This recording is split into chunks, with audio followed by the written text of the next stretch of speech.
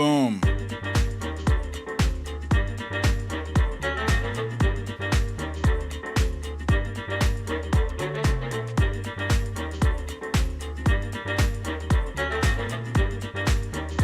Melissa McQueen, Tina G, Susie Brizuela, Punxsutawney Mo, Matt Meehan, Queen of the South, Kimini, Fox Hill Dreams, Cha-Cha, Misha Oliver, Kathy Murphy, Lucielle, Tracy M, Victorina, Watcher Soko, Asmilla J, Karen Purdy from Newton Falls, Ohio, and me, BDD in the Heezy, Stephanie L, Monique Lee, Phyllis Hatch, Scribble My Dibbles, Wojo Mom in the house, Cindy C, The Trump Reaper, Sheila Bird,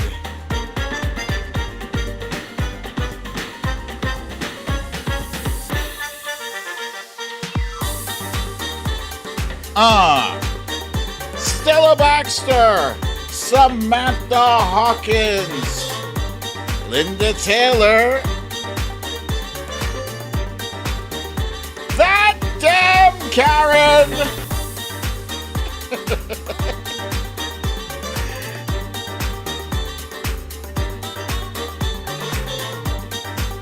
Sylvia Correa, Wilbur McCarthy.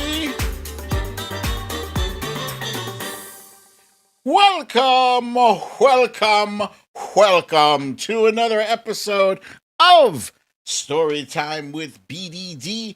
I'm your host, BDD, aka BrooklynDad, and this is Storytime.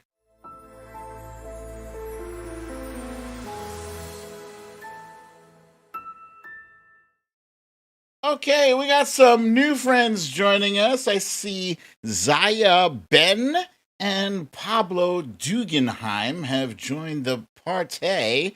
Let's see, Jen Murphy is here. Your boy Ken! Oh, thank you, Tina G. Gling, gling! Also, Patricia Pueyas is here, and welcome everybody. Happy Monday to you all. I hope you all had a great weekend. I had a pretty decent weekend, despite the fact we had a somewhat solemn Saturday on the anniversary of 9/11. We have some things to get into. First, let us cover our roundup in the stories of the day.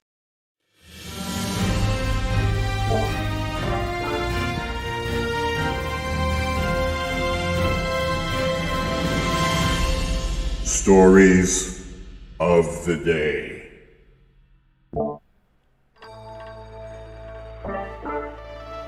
Is filibuster reform? Excuse me, wait a minute. Hang on. There we go. Is filibuster reform a trap or no? We will get into it. Secretary of State Anthony Blinken was grilled by the Foreign Affairs Committee.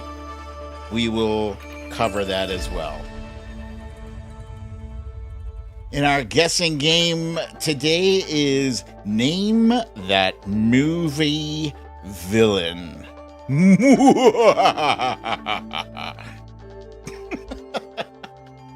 Last but not least, in You Raggedy Bish, we have Spanky McDumbass. All right, I already see Pablo saying, not a trap. We shall see. Hey, let's see. Lee Saunders is here. Wifey is here too. Let's see. The Bernadette and Gavin Rutherford have joined us as well. Cindy C, Deborah Jones, Welcome, you guys. Welcome, everybody. Welcome. All right. So yeah, this was an interesting weekend. Let's do a brief review of this weekend, and I'm going to start with the random chill tunes. Uh, uh, uh. Okay. And I'm going to also start with yesterday, which was Sunday, also known in this household now as Fantasy Football Day. I told you guys last week, Wifey has joined us. I see here Sayal. Welcome, my friend. Wifey has joined my fantasy football league. I've been in this league for 22 years. Never won the whole thing.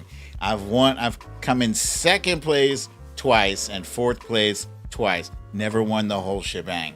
I don't know if I have any shot at it this year, but it started off looking pretty good. I have Kyler Murray as he is the quarterback for the Arizona Cardinals, but he is also the quarterback for the Brooklyn Magic, which is the name of my fantasy football team. Fantasy football started on Thursday, Trump Reaper.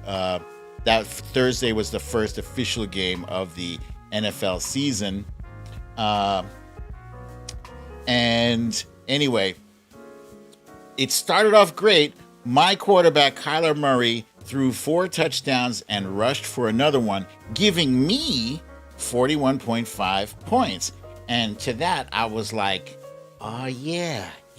The rest of my team, actually, my entire team, not just Kyler Murray, Dalvin Cook, and Keenan Allen, they combined to and my Pittsburgh defense, they all combined to give me the third highest total of the entire league at 125.96 points. So you guys would think third in the league of 14 teams? That's pretty good, right? Yeah.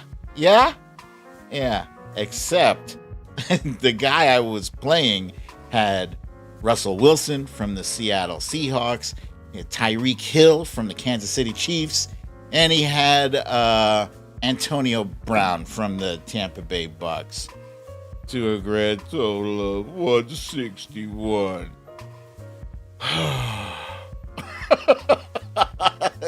So yeah, I got my ass thrashed. Whatever. Wifey still has a shot at winning. She has 2 of her players going tonight. I think one is Darren Waller from the Las Vegas Raiders, and her defense, the Baltimore Ravens, who are playing the Vegas Raiders. So we'll see what happens with that. Good luck, Wifey. Friday night, we watched Ted Lasso on Apple TV, which is absolutely one of my all-time favorite TV shows. It's not even any hyperbole there. No exaggeration. Ted Lasso is the feel-good show. I don't know. I mean, one of the biggest feel-good shows of all time. I'm always laughing, always smiling, always makes me feel great. Except for Friday. What happened? Nobody warned me that I was gonna need a box of Kleenex for Friday's episode. Nonetheless, it's a powerful, strong show. If you have the ability to watch, and yes, that's Scribble My Dibbles. Thank you for the recommendation. If you have the ability to watch it, if you have a friend who has Apple TV, please check this show out. You will not be sorry. Anyway, after the tears, man, it was just, oh boy. Yeah, all the feels, man, from this episode. Still, it's a powerful show. After that, Wifey did manage to join me in watching the show. It wasn't even really that scary, but Malignant is billed as a horror movie. It's kind of gross, okay? It's kind of gross, a little bloody, also very campy, okay? Over the top campy. However, It has a twist in this movie that I didn't see. I kind of saw it coming, but I didn't see it coming. This shit was batshit bonkers. I loved it. It was just a crazy movie, and it had a good ending too. Huh? Had a good ending. Yeah. Let's see, what else did we do? Yeah, we watched this movie that I told you guys about. It's on Netflix. It's called Kate, starring Mary Elizabeth Winstead as a female assassin, kick-ass, badass assassin who gets poisoned and now only has 24 hours to wreak her vengeance on whoever the hell it was that slipped her the poison. And the trailer makes it look fantastic. And granted, it had some beautiful colors, wonderful cinematography, good fight scenes, action scenes. Not enough, though. I did fall asleep a little bit more than halfway through the movie. Still good movie. Didn't like the ending. So overall, my rating was this guy. was this guy. Like, come on, man. You showed me a really nice trailer and you gave me meh. Overall, meh. My standards for these action flicks are kind of high. All right. That's it for our random stuffs. Valerie G is in the house. Welcome, Valerie G. Let's see. Who else did I miss? Let's see. No, I think I got you guys. Whoever else has joined us is lurking in the... Oh, there's Veronica Tello, our new friend. What's up, Veronica? Gavin Rutherford. Not sure if I've greeted you yet, my friend, but welcome, Mr. Rutherford. Okay, guys, let's jump right on into our quick hits. Yeah, you son of a bee. We also have a Winston Bracken. These names, I'm loving these names to death. I see Karen from Twitter is here. Karen, not to be confused with Karen Purdy. Also not to be confused with that damn Karen. All right, let's get into our quick hits. All right, so by now, unless you've been hiding under a rock, by now you've heard that the right wing, the anti-vaxxers, the vaccine hesitant folks, Lisa Hathaway, I see you. There she is. All right. The vaccine hesitant folks have taken to consuming ivermectin, which is a horse and sheep dewormer paste. It's not good. It's not good. Let me just make sure you guys understand this. JJB, what up? It's not good. Do not consume ivermectin under any circumstances. Please check with your doctor, who will confirm that. No, I don't think anybody who's a doctor worth going to is going to recommend taking. If a doctor tells you to take ivermectin, get a second opinion, maybe you want to report that doctor too. Oh yes, Susie Brizuela also telling me, reminding me, they're also talking about using betadine. You know that orange stuff that Mom would put on your cuts when you fell and you scraped your arm, you scraped your knee, whatever. Let me put something on it. It's betadine. Yeah, people are drinking that shit. Hoy. Anyway, Cynthia Finnegan is just here for the swearing. I might disappoint you there. I don't do that much swearing. This show is mostly PG-13. Astyonics, welcome. Long time no see, Astyonics. Okay. Today, we learned that a prominent anti-vaxxer by the name of Veronica Wolski, she is an anti-masker, she is an anti-vaxxer. She was in intensive care for a while, and, it gives me no joy, no pleasure to say that she passed away, but she did. She did, unfortunately. I don't know how many people it's going to take, for them to get the hint But here's one of her infamous videos. Hold on. Down here, so it's not real. Right? One more time. Hang on. Down here, so it's not real obvious. That's her wearing a mask. That's her idea of a mask. She's trolling CVS. I have a face mask on, honey. And I have a medical exemption and a doctor's note. So I have, somebody sent me an email. Ma'am, I'm not helping you. I'll get the manager, please. I have a medical exemption. Down here. So it's not She real was obvious. the Zorro of stupidity. Yeah, and she paid for it dearly. She paid her life just to own the libs. There she is. If we were to do the how it started and how it's going, that's pretty much it. You know, Lucielle's asking me if I feel bad for her. You know, I feel bad for everybody who is affected by her stupidity, her family, the people around her, some people that maybe don't know better, you know. But how at this point really do you not know better? We did a segment on, you know, the two realities of America and why lies are so dangerous to our civilization right now.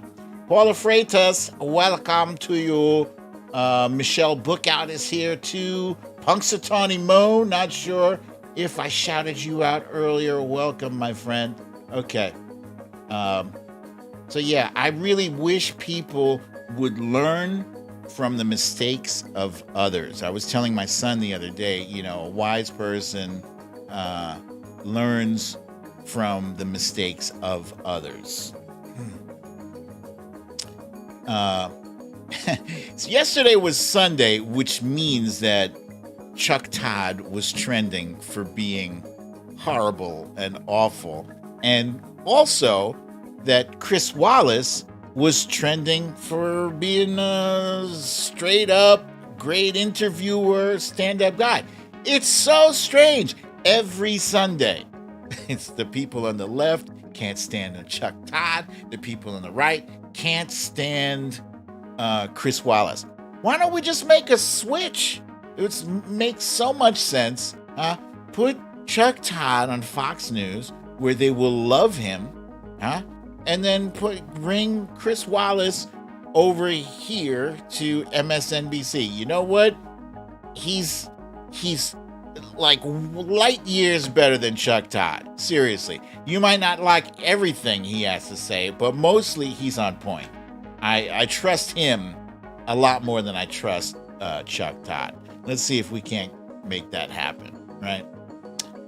Meanwhile, today there was a hearing at the Foreign Affairs Committee, and they had an opportunity to grill Secretary of State Antony Blinken over the Afghanistan withdrawal. So they're going over this now, and thankfully, one of our own, Gregory Meeks, is in charge of this committee, and he had the opportunity to lay the groundwork for the tone of how Secretary Blinken and America's withdrawal from Afghanistan should be regarded, right?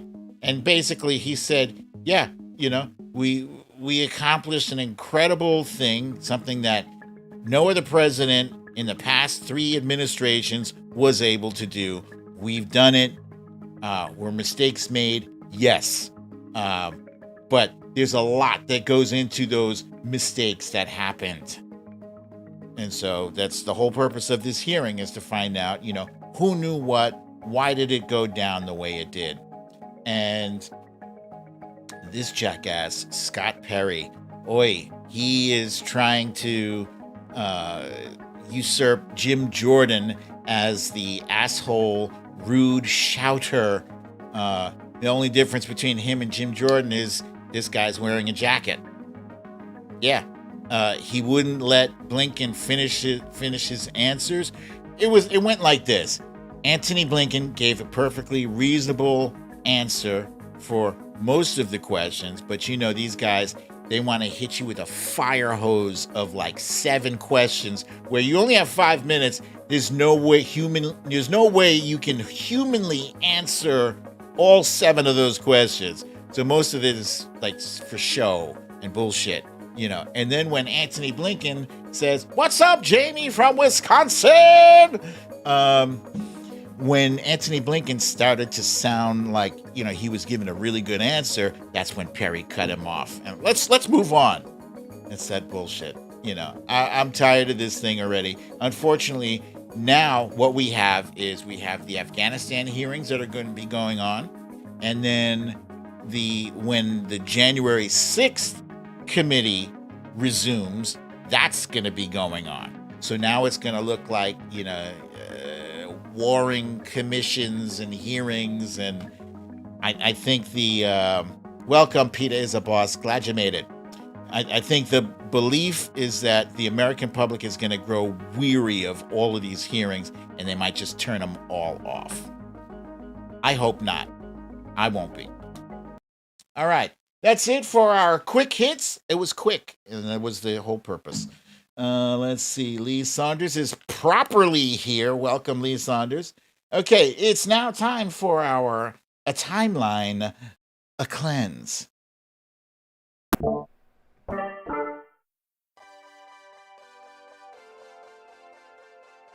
Timeline cleanse.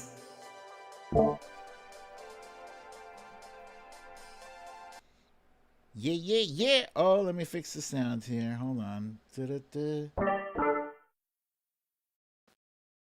All right. Okay. Who else did I miss here? Sandra from Paramount, California is here. Bernadette is here. Welcome, you guys. Okay. First up, this first guy, I don't even know what to say about him. He just defies gravity. Now, watch his feet when he lands, right? Yeah. Boom. How did he do that? The feet were not submerged in the water, just the tips. Bip. That's pretty cool. I would not advise, obviously would not advise this flip or the one that follows. Could have broken his ankles on that, but well done, my friend. Well done. I don't know who this guy is, but it's the flip and the dip are fantastic. It's fantastic. All right. Okay, Winston Bracken, glad to have you here. Tracy M is here too. Lucy L, very good. Okay, next up. This next one is for people who enjoy giving beer to someone in a creative fashion. Beer me!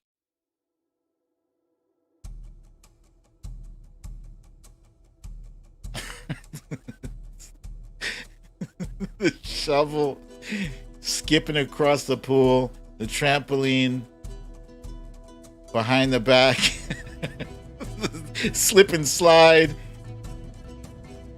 the balloon drop. This is clever as hell. Beer me! This is so great. People spend time thinking up all the different cool ways you can hand somebody a beer. And they do it for our enjoyment. I don't imagine anybody is actually doing this. These are the least efficient ways to hand somebody a beer.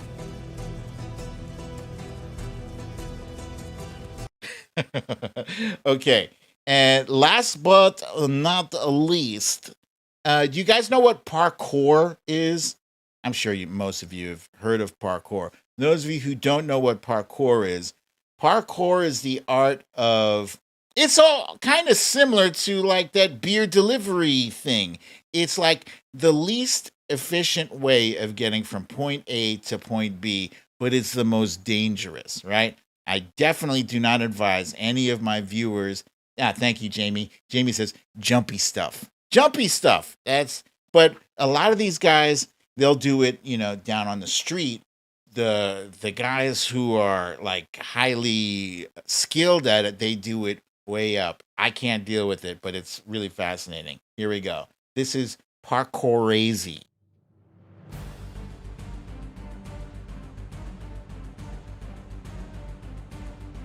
This is no green screen. This is real. Look at. Oh, I can't. Jumping across. You're already too close to the edge. I don't want it. I don't want it. Goodness. It's fascinating to watch, though.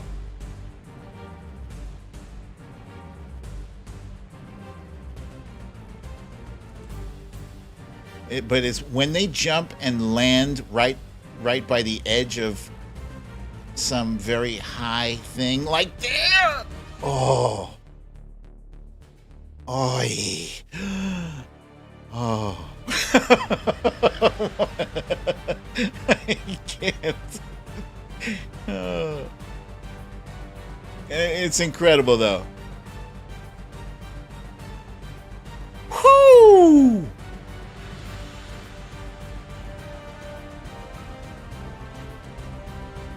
Oh my God. The level of difficulty.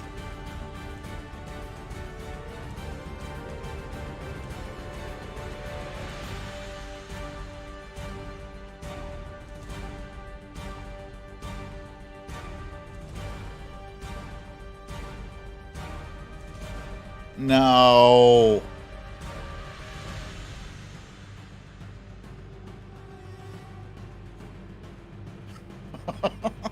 The easiest part, the ladder there. I mean, seriously, all that you could have just. There they go. They could have just gone there from Jump Street.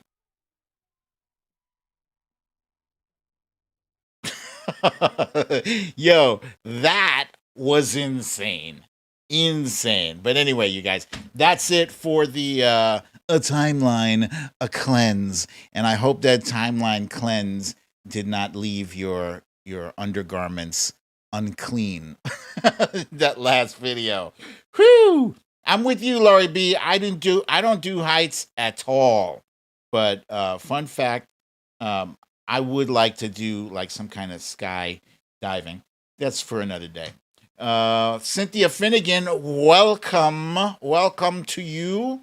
Let's see, did I miss anybody else? La la la. No. Okay, let's go ahead and jump on into our main topic of the day. It is the filibuster reform. So, those of you, and welcome Janet Moquin. She says, no heights.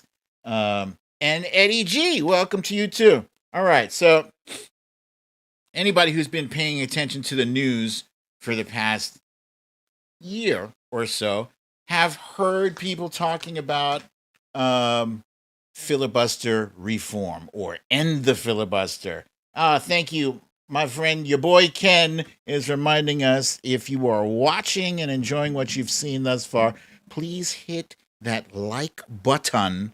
Hit the like button.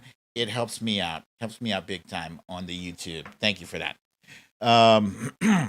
Filibuster reform has been one of the biggest topics of the past year. Now, it's been batted around plenty by both sides, actually, for a long time. But now it's our turn. And lately, 2 members of the Democratic Party have made filibuster reform a much more urgent call, since we do have a very slim majority that their obstinance, I'm talking about Senator Joe Manchin and Senator Kyrsten Sinema, And welcome. Thank you very much, Ida Williams and Queen of the South and Kelly Johnson. Thank you, guys. Now, because these guys are being jackasses, um, we don't really have a true majority that we can enjoy, that we can use to get things done. It's those two. They have deemed themselves power brokers or whatever you want to call it. There are so many different initiatives that we could move forward on, if the filibuster were abolished or at the very least, modified. And then we could pass legislation with a simple majority. Hello, Marie Robinson. Welcome. Hey, Joanna Beatty. Welcome back. I have not seen you in forever. Welcome back. So, for one, we have the voting rights, the John Lewis Voting Rights Act and the For the People Act. Probably this is the highest, I think, on our priority list, right next to infrastructure, which we heard yesterday. Over the weekend, we heard that Joe Manchin is not into the 3.5 trillion. He thinks it's way too high, and it's not really him speaking. It's Exxon Mobil's hand up his ass making him say things. That's Joe Manchin. What you're hearing is not the words of Joe Manchin. You're hearing the words of his bosses, Exxon Mobil, not the people who voted for him, because the people who voted for him are overwhelmingly in West Virginia, overwhelmingly in favor of filibuster reform, infrastructure, all the things on the Democratic plate, they're in favor of. Now, some of these other things. What's up, Ness from Connecticut? Statehood for the people of D.C. D.C. statehood. This could happen. This very well could happen if the filibuster were abolished or reformed and we can pass legislation with just a simple majority. Expanding the Supreme Court. This is another high priority thing. If you don't believe me, take a look over at what's happening in Texas. Thank you, Astyonics. Thank you for that donation. I appreciate it very kindly. Yeah. Expanding the court. Right now, there are 9 Supreme Court justices. Some people are saying expanded to 12. Some people are saying 15. I say expand. Don't get crazy with it, but expand it enough so that it is balanced. Because what we have now is unbalanced, and it's intentionally unbalanced. It's some trickery played by Mitch McConnell that left us with a 6-3 court. Gun violence. If you had a simple majority, you could pass gun reform legislation. These are things, again, gun reform is something that a majority of Americans, including people who are gun owners, are in favor of. Abolish the Electoral College. Now it probably sounds like, BDD is just reading off a wish list. Yeah, I am. Why not? There's no reason that any of these things should not be done. No reason whatsoever. The only reason they're not done is because of that, that lack of movement, that constipation in Congress, congressional constipation. Yeah. I said before on this show that I believe that a lot of these things are left unhandled intentionally by both sides so that they have a boogeyman come election day to rally their voters in favor of. If we resolve gun reform, then that's one thing that Dems don't have to say, come on, this is the most important election. If we resolve the Electoral College. Come on, this is the most important. If Congress were to resolve a lot of these common sense issues that a majority of Americans are in favor of, how are we going to get them to the polls? Climate change, for crying out loud. Climate change. There are quite a few initiatives to address climate change in the infrastructure bill, the $3.5 trillion one that Joe Manchin is on the quiet tip trying to kill. He's trying to kill it because, again, he gets money from Exxon Mobil. Mitch McConnell, if Mitch McConnell, if the positions were switched and he had the bare minimum majority, he would have done some shit by now. I can't stand Mitch McConnell, but I guarantee you, if he had what Chuck Schumer and Democrats have now, if he had that very ultra slight majority, come on. Does anybody in this audience right now doubt that he would have done whatever he needed to do to the filibuster to pass whatever the hell they want to pass? Anybody doubt that? I don't doubt it, because we've seen Mitch McConnell in action. We've seen him do a complete 180. He said, no, you're not going to seat this Supreme Court justice in an election year. The election is 8 months from now. And then 8 days before the election is like, Amy Coney Barrett, come on down. He doesn't care. He doesn't care about how his hypocrisy looks speaking out of both sides of his mouth. Does not care whatsoever. He vowed that if President Biden and the Democrats move ahead and kill the filibuster, he vowed a scorched earth response. And I'm like, what is it that you were already doing? You've already scorched the earth. The earth is scorched already. Oh, that's a good one. Trump Reaper says, bitch McConnell is government poison. And Audrey Yu, oh my goodness, here's another blast from the past. What is happening? Audrey Yu, I have not seen Audrey Yu 2 from Brooklyn in, I don't know, since we came here to YouTube. Welcome. Good to see you here. All right. This is a cartoon. I love these political cartoons.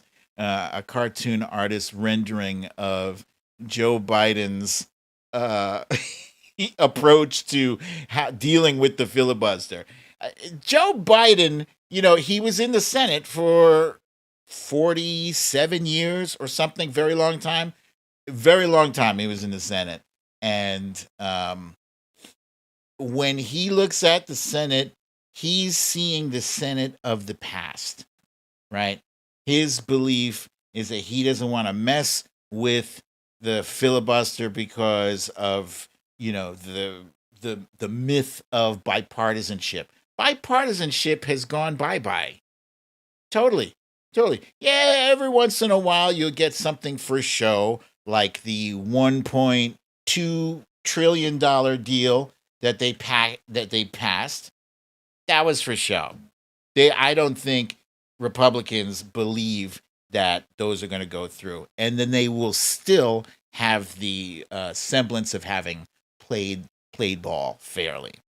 But the biggest criticism on Joe Biden's presidency thus far from Democrats is that he's being too nice.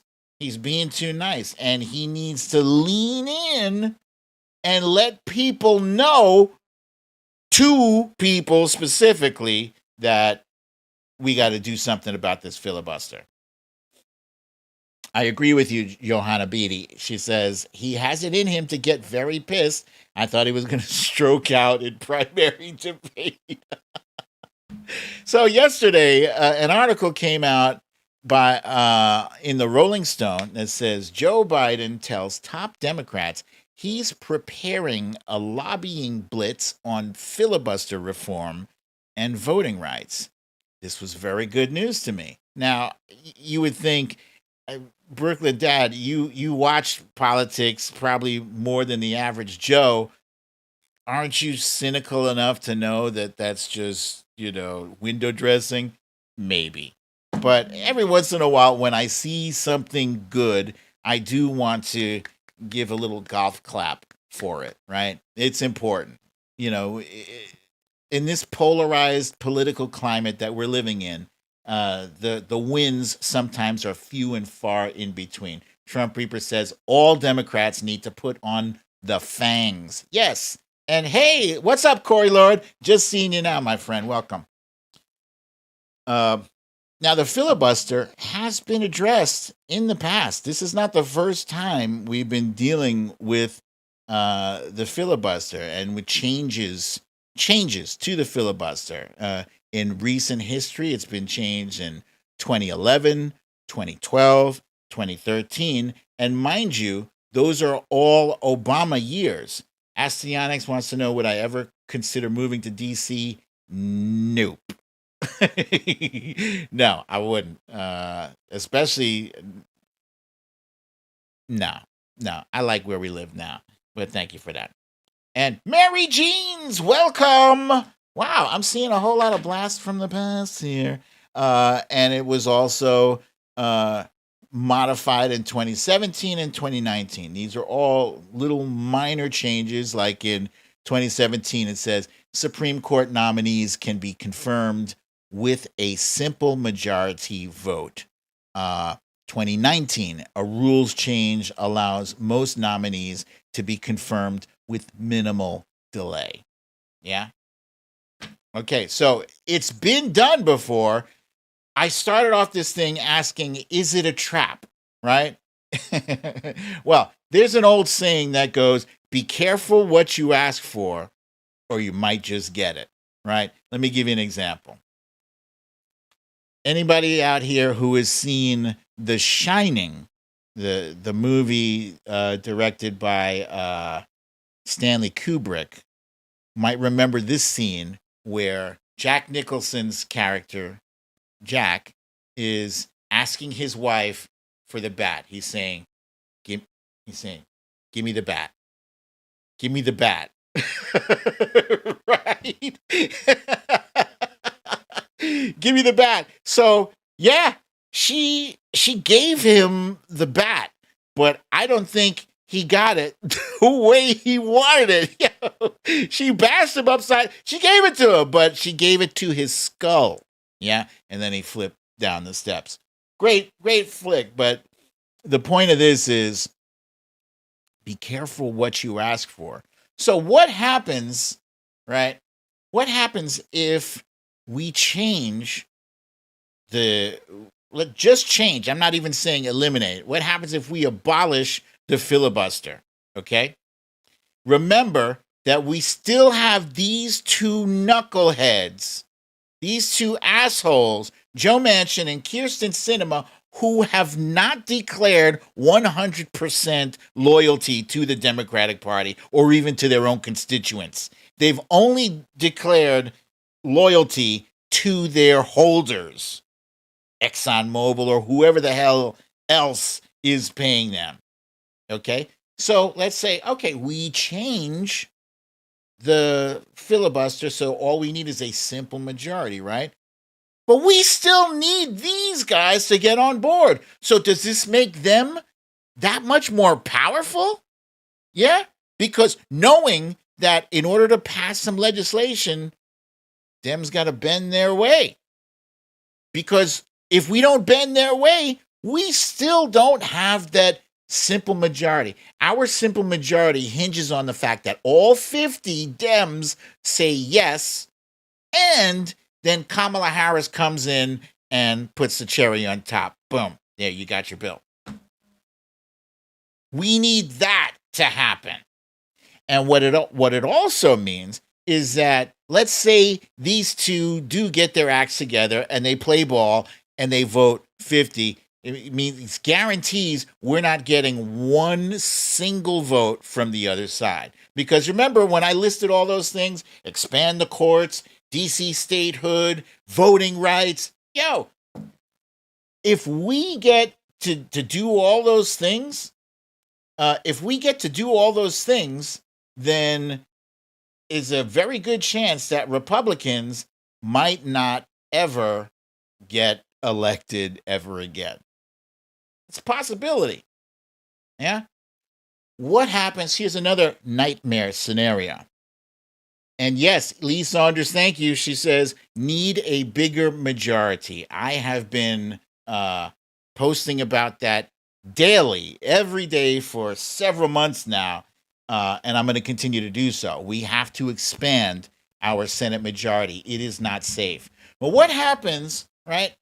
They say that there is a trend that in the non-presidential election years, that the party in power loses its majority in the Senate and in the House.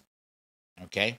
So what happens, God forbid, I'm knocking on wood, but what happens if we, this time next year, in November next year, we lose the House and the Senate? What happens? That means that we are in the minority. And that puts Mitch McConnell and Kevin McCarthy back in the driver's seat. And then what happens? We've already changed the filibuster. We're a minority with a toothless filibuster. That's the nightmare scenario that I think is the primary reason why Joe Biden has been slow to act on the filibuster. Karen Purdy says, bite your tongue. I hear you, but you guys, you've already witnessed history alongside me. We can all take a trip back to 2016 and say, oh, Donald Trump will never be elected. We can take a trip back more recently to 2020. Oh, Ruth Bader Ginsburg will never die before she's replaced. We've seen Murphy's Law unfold time and time again. So if it's, what is Murphy's Law? Something like whatever can happen will happen. Damn, I forget Murphy's Law, but it's, the shittiest things can happen when you don't want them to. Let's take it a step shitty even further. We've heard talk of, if Republicans regain the majority in the House, we've heard talk of them putting Spanky McDumbass in charge of the House. And if you think it can, thank you. That's it. Whatever can go wrong will go wrong. Thank you, Veronica Tello, Susie Brizuela, Stacey Mendenhall, Trump Reaper. You guys are good. Thank you. They can do that. Apparently, there's nothing saying that they can't do that. Would Spanky want to be in the House? Maybe not. Probably not. But he's a shit stirrer, so maybe he would. Just for the win, just for the feel of it, just for the power. I don't know. He would do it, I think. So, what can we do? What can we do? We have to focus on the 2022 election. That's it. That is all we can do. If we're going to move forward, and I still think the whole argument that I'm making here about trap or nah, it could possibly be a trap. But there's one thing about going into a trap knowingly and going into it unknowingly, right? If you're just walking, you fall into a manhole, because you were unaware, that's one thing.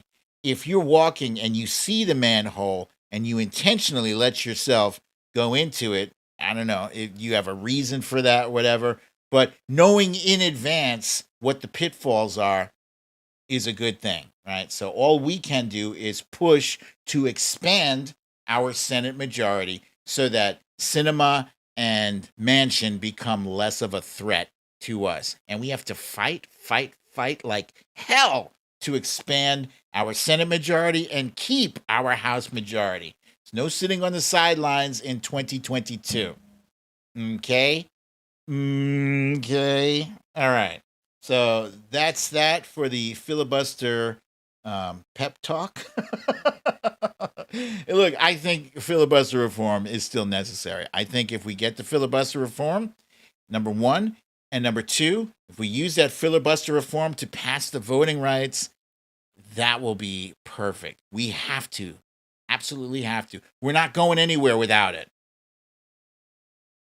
Bottom line, you're damned if you do, and you're damned if you don't. So do the filibuster reform. It gives us more options. We stay put, we stand pat, and we have less options. So there it is. All right. It's now time for my favorite part of the show. Name that movie villain. All right. So those of you who have played this guessing game before, you know how it goes. All right. I'm looking for what I'm going to be doing. Those of you who haven't played before, listen up. This is how it goes. I am going to read a quote spoken by a villain from a movie. All right. When you recognize who that villain is, I want you to type it in and hit send. And I'm going to read like the top, 10. I'm going to have to cut down how many I read off because then we go long. The top 10 people who guessed correctly. Okay. Here we go. Here's the first one. This one's going to be tough, actually. Say, that's a nice bike. Tough. I told you this first one is tough. It's gettable if you've seen this movie a few times. I've seen it like 5 times. Say, that's a nice bike.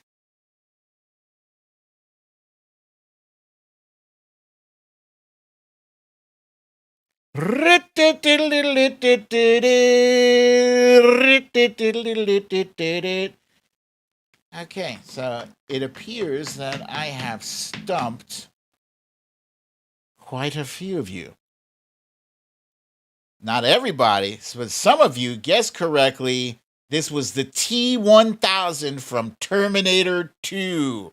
And who do we have here at the top? The Trump Reaper. Susie Brizuela. Ness from Connecticut. The Trump Reaper. Yeah, you got it. Michelle Bookout. You got it. Let's see. Misha Oliver. Wilbur McCarthy. That's it. Okay. The next one. This is a good one. I'm guessing more of you will get this one. Do I really look like a guy with a plan? You know what I am? I'm a dog chasing cars. I wouldn't know what to do with one if I caught it. I just do things. I'll read that one again. Do I really look like a guy with a plan? You know what I am? I'm a dog chasing cars. I wouldn't know what to do with one if I caught it. I just do things. Aha. Okay, so I have stumped some people, but quite a few of you have correctly guessed. I was looking for the Joker from The Dark Knight. This is one of my top 5 movies. Yeah, fantastic. I love it. And at the top here, we got Zaya Ben, followed by Susie Brizuela, Bernadette, Tracy M., Michelle Bookout, Lucy L., Cha-Cha, Misha Oliver, Wojo Mom, Veronica Tello, Ness from Connecticut, Samantha Hawkins, Sylvia Correa, Pablo Dugenheim asks, "You're joking, aren't you?" I'm not joking. Let's see. Jen Murphy. No, this was not Jack Nicholson. This was, good Lord, Heath Ledger. Yeah, there it was. Okay. Here's the next one. Listen closely. This is a short quote. Just call it, friendo. That's it. That's all I'm giving you. Just call it, friendo. Friendo. Friendo.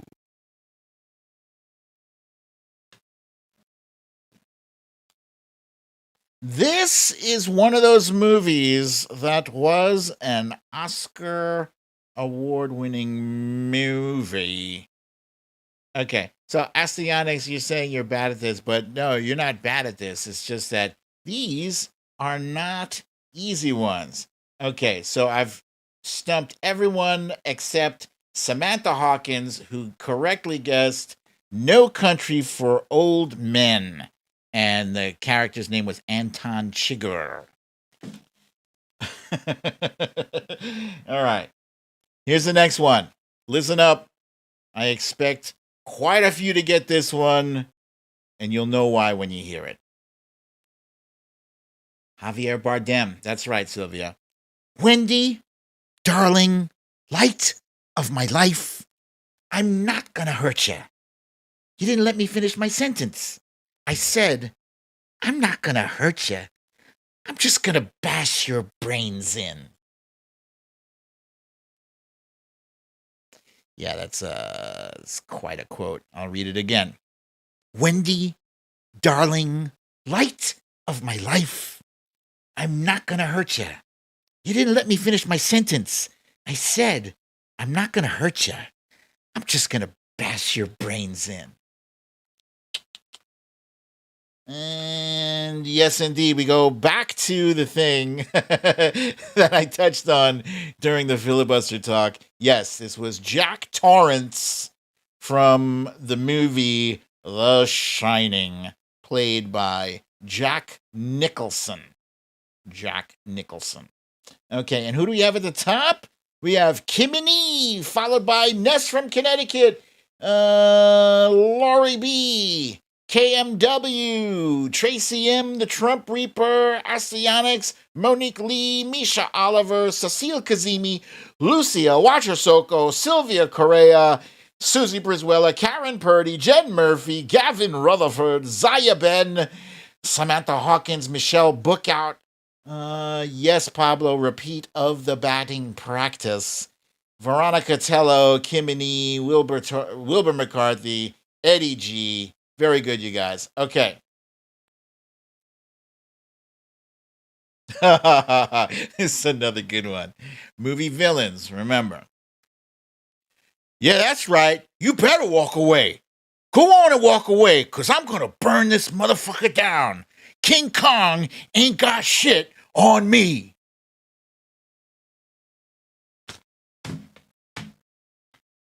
Very famous quote.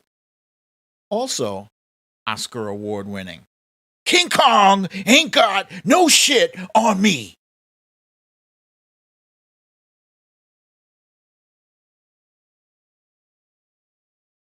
You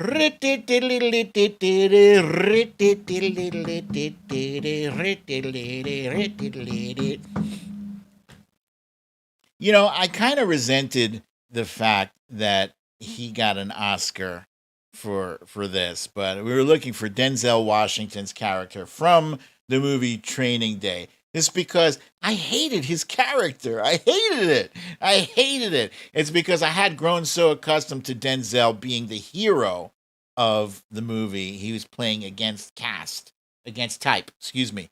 But that's why it was Oscar worthy. He made it believable. He made you hate him. Denzel? That's my dude. That's my favorite actor. Denzel. And let's see. Who do you have at the top? Astyonics. Astyonics says, I'm no good at this game, but you got that one.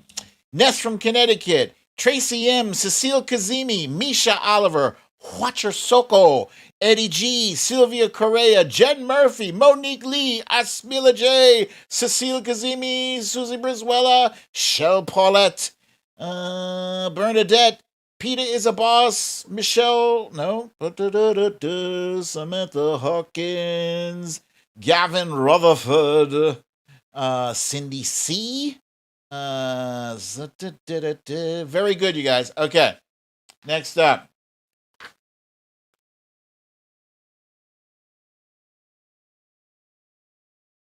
Okay.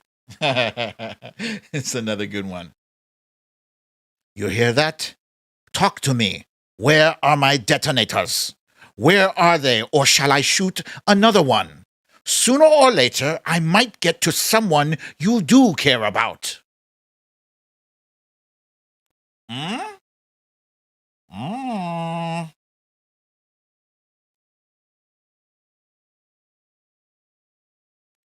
Talk to me. Where are my detonators? Where are they, or shall I shoot another one? Sooner or later, I might get to someone you do care about. Ah, this is a popular one. I see already. I'm just jotting down a note here. Somebody just gave me a good idea for the next show. And we were looking for Hans Gruber from the movie Die Hard. Yippee-ki-yay! Let's see, who do we have at the top here?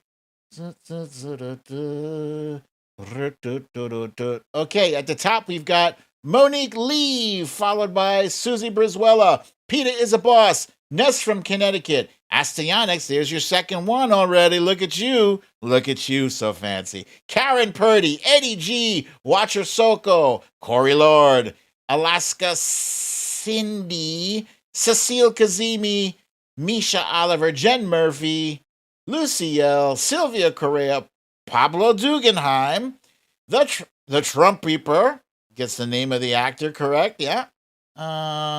Jamie from Wisconsin, Wilbur McCarthy, Valerie G, Cindy C. Oh, it wasn't Ellis, Cindy, but it was Die Hard. Zaya Ben, Punxsutawney Mo, Laurie B. Very good, you guys. Okay. Here's the next one.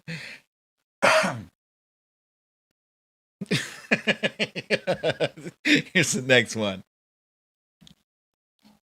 You think darkness is your ally, but you merely adopted the dark.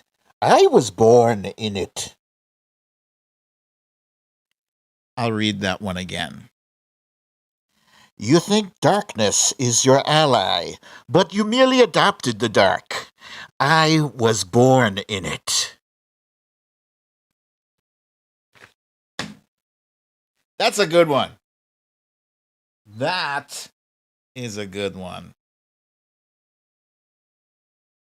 And I wish I could do his voice inflections better. I know I didn't do it justice, but I did the best I could. Yeah, we were looking for Tom Hardy's character Bane in the movie The Dark Knight Rises. And let's see, who do we have at the top here?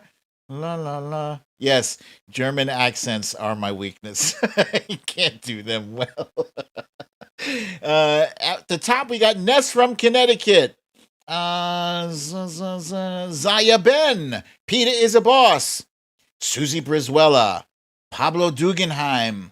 Misha Oliver. Tracy M. Lucy L. Asmila J. Eddie G. Tracy M. Alaska Cindy. Misha Oliver. Cecile Kazemi. Cindy C. Samantha Hawkins. Very good, you guys. Very, very good. Here's the next one. This one is also very short. It's very brief, so listen closely. I must break you. You will lose. I must break you. That's it. I must break you. Our Russian accents also my my weakness as well. I must break you.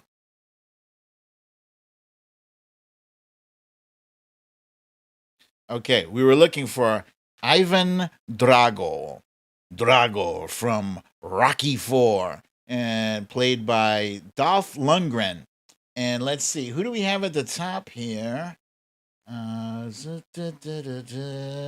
Monique Lee, followed by Ness from Connecticut. Peter is a boss. Pablo Guggenheim. Corey Lord, Asmila J, Alaska Cindy, Watcher Soko, Sylvia Correa, Lucy L, Eddie G, Gavin Rutherford, I think I got you, Pablo Guggenheim, Susie Brizuela, Veronica Tello, Bernadette, Lee Saunders, Jen Murphy, The Trump Reaper, Cecile Kazemi, Sylvia Correa, Tracy M, Russian better. Cindy C, Samantha Hawkins, very good, you guys. Wilbur McCarthy, I see you there. Okay. Wilbur McCarthy has just pointed out he sees only 5 likes. My goodness, I'm working my tail off here, people. Let's get those likes! Smash that button now! Okay, and while you're doing that, here is probably the toughest one of the entire show. This is easily the toughest one. Listen carefully. If Mr. McMurphy doesn't want to take his medication orally, I'm sure we can arrange that he can have it some other way, but I don't think that he would like it.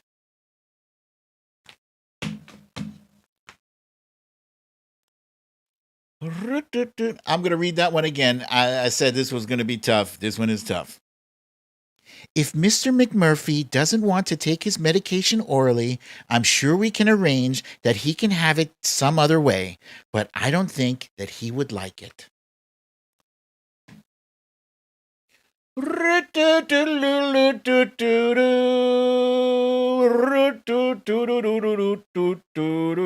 don't know why I play that circus tune when I'm scrolling.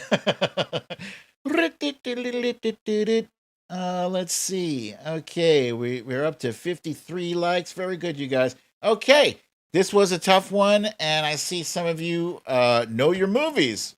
This was Nurse Ratched in One Flew Over the Cuckoo's Nest. And at the top here, we've got Eddie G, followed by Misha Oliver, Pablo Guggenheim, Veronica Tello, Samantha Hawkins, Jen Murphy, Watcher Soko, Jamie from Wisconsin, Tracy M, Susie Brizuela, Cha-Cha, Ness from Connecticut, Peter is a boss, Scribble My Dibbles, Zaya Ben, Cindy C, Astyonic says another Jack Nicholson property, yes. KMW, Sylvia Correa, Wilbur McCarthy. Wow, I thought this was harder than you guys made it seem. All right. Cecile, Audrey, you two. All right. Mary Jeans. Yeah, very good, you guys. Laurie B, Linda Taylor. Okay. Here's the last one. Listen closely. This one is also short. Here it goes. I am inevitable.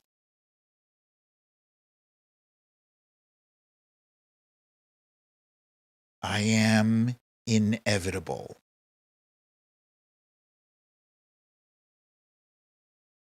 Last one, you guys. I am inevitable. Who said it?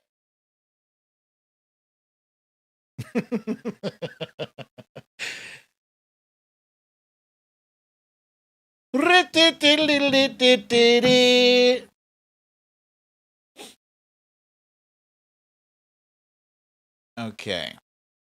And what we were looking for the last question of the day was that inevitable snap that never was. That was a major fail. He snapped and nothing happened because Tony grabbed the jewels. And let's see, who do we have at the top here? Ding, ding. Astyonics asking if I switch to the Jeopardy thing. Oh, Sticky Taco is back. Thank you, Cha-Cha. The Sticky Taco. Oh, my God. Okay. And Corey Lord is at the top. He guessed correctly Thanos. Good job, Corey. Followed by Zaya Ben, Tracy M., Veronica Tello, Karen Purdy, Susie Brizuela, Samantha Hawkins, Lucy L., Cecile Kazemi, Sylvia Correa, Misha Oliver, Bernadette, Ness from Connecticut. Asmila said Bambi. LOL, she said. Scribble My Dibbles, Cindy C. La la la. And Mary Jeans. Pablo says evil purple grape Thanos. Yes. Very good, you guys. This was an excellent game. You guys did well because I threw some real tough ones out there. And Watcher Soko, you are correct. For some reason I am unable to say only 10 names. Sticky Taco, man. Sticky Taco is crazy. And hey, Ness from Connecticut. Ness, thank you so kindly for that donation. That is wonderful. It is very generous. Thank you for that. Okay. That's it for the game. Thank you for playing. I'm constantly trying to come up with ideas for new games that, gives everybody a chance at least getting one or two right. All right. And now it is time for You Raggedy Bish. That's right. And today's You Raggedy Bish is none other than Spanky McDumbass. I have managed, and whoa, your boy Ken, thank you, my friend. Thank you for dropping that donation. I have tried to keep Spanky out of this spot because he's like an honorary, he is always a Raggedy Bish. But this weekend, 9/11 weekend, he kind of outdid himself with this. I want to thank the Universal Peace Federation, and in particular, Dr. Hawk Jahan Moon, a tremendous person, for her incredible work on behalf of peace all over the world. Her story of escaping from North Korea at 5 years old, at the outset of the Korean War, is an amazing example of the power of faith in Almighty God. I also want to thank her late husband, Reverend Moon, for founding the Washington Times, an organization for which I have tremendous respect and admiration. I never used the P word with him, but I have to. I have to now. I have to. Watcher Soko, thank you so kindly for that massive donation. Thank you for that. This is a former president. Despite the fact that I always use the air quotes with him, seriously, he is a former president. And it is unsightly that on the day that all of the living presidents, with the exception of Jimmy Carter, who could not make the trip, all of the other living presidents were there in solidarity, acknowledging what happened on 9/11, the 20-year anniversary. And this jackass was busy when he wasn't picking a fight with our current president. Thank you, Astyonics. Thank you very much for that donation. It's very kind of you. When he wasn't busy picking fights with President Biden, he was filming this propaganda thing for the Moonies.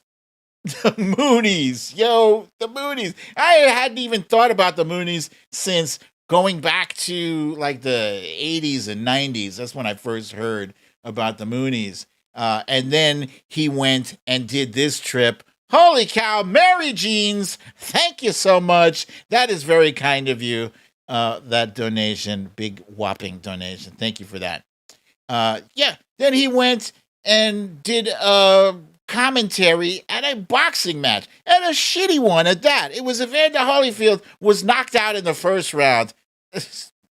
He kills everything. Everything Trump touches dies. Thank you for that, Rick Wilson. That will live on in infamy.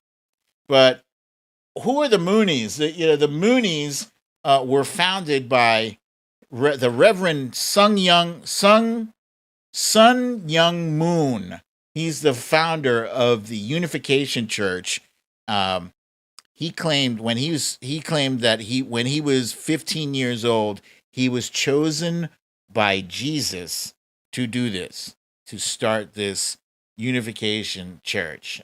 He died at the age of 92 in 2012. But the church, I should say, really, it's a cult. The cult lives on under the leadership of his son, Sean, who, changed things around a bit.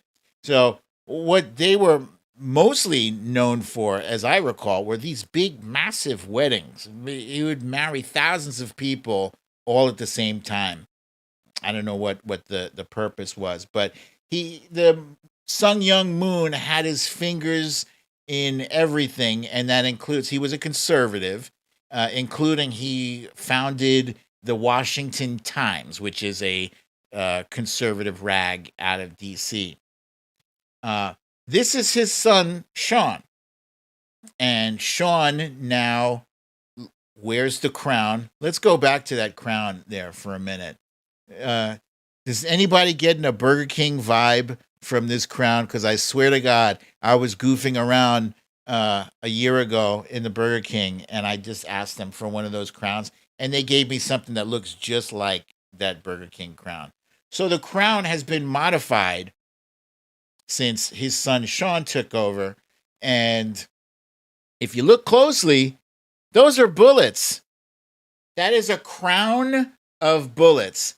And the leader of this church, it's now known as the Rod of Iron Ministries. Yeah. And they preach that is a gun. Yes. Astian is asking, is that a golden gun that kid had? Yeah, that kid is holding a golden AR-15. And apparently Jesus now believes in turning the other cheek so that you can go pick up your AR-15 and waste some fools. Yeah. So Reverend Moon had bought a 40-acre compound in central Texas to serve as a sanctuary for what he says is going to be a war with the deep state. That property, by the way, is located 40 miles away from Waco in Waco, Texas. Crazy, right? It's crazy, but it's real. And not to forget this part, but Sean and about 50 of his denizens showed up on January 6th. Yes, they did. And this is who Spanky McDumbass took the time out of his busy ex-presidential schedule to film a propaganda video for on 9/11. You see why I had to put him in the You Raggedy Bish, right? I mean, just when you thought he could sink no lower, there he is. Sunk. Veronica Tello, thank you, my friend. Thank you for that generous donation. So, yeah, there you have it, guys. I said what I said, and that's all the time I have for today. I got time for one question because I'm overboard. I'm well over the time. I don't know what happened. I was doing well, and then all of a sudden I I started talking too much. That damn Karen says he needs a foot up his ass. Yes.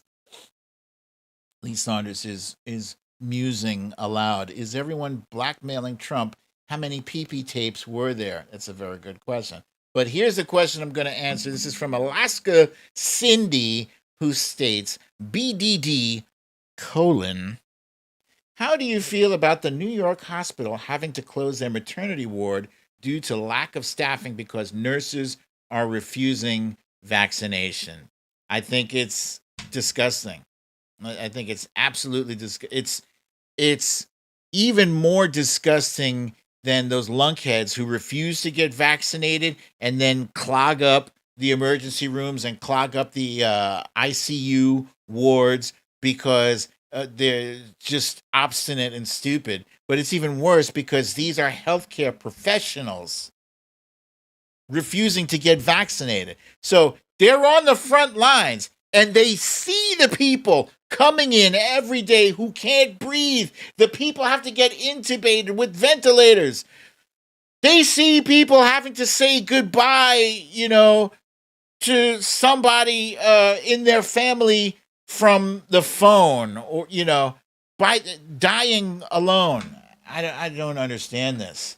I don't understand it. The vaccine is FDA approved.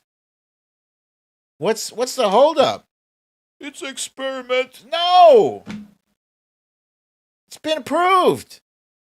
They've been working on these vaccines for years already. Yeah, so I'm disgusted by it. Bonus question. I can't pass this one up from Foxhill Dreams. Says BDD call. You guys know I love the colon.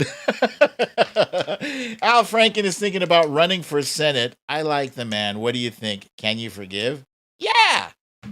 That's the easiest question I'm going to answer today. Yes, I absolutely can forgive Al Franken. Come on back. We need him.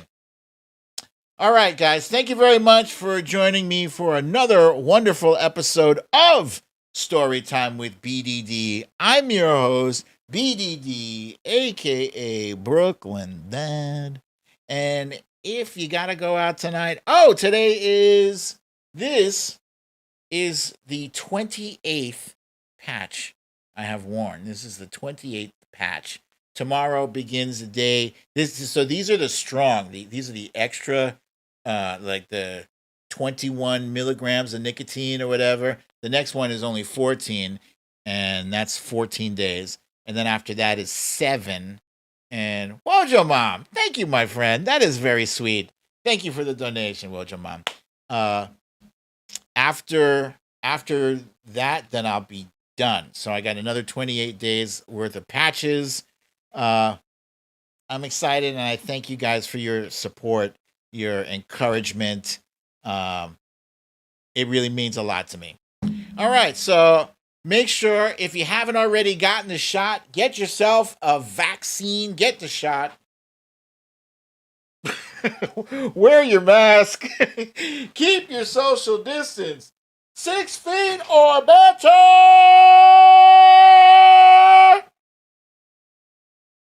And have a lovely, relaxing evening. As you know, I won't be here tomorrow, but I will be back on Wednesday, also known as Hump Day. So I'll be here same time, same place. I love you all. Peace.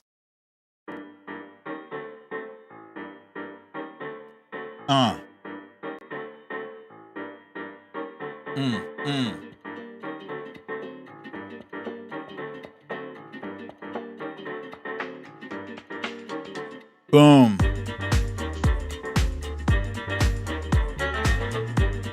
Jamie from Wisconsin is setting her quick date. Good for you, my friend. Yes, come on in. The non-smoking water is fine.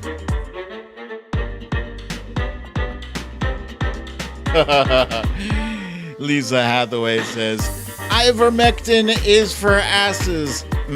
Okay. Yes. Lee Saunders, I don't know. Lee Saunders says she needs to give up junk food. I don't know if I could do that. Nope. Not gonna do it. Not gonna do it. No. Smash that like button! Thank you, your boy Ken. Hey!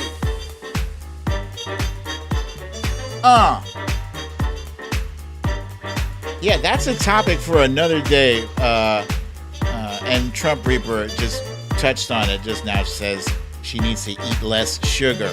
Sugar is hugely addictive. Sugar. There's a whole thing about sugar. But I'm not giving that shit up yet. Nope.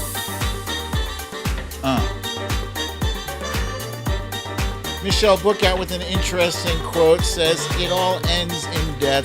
Be happy until you get there."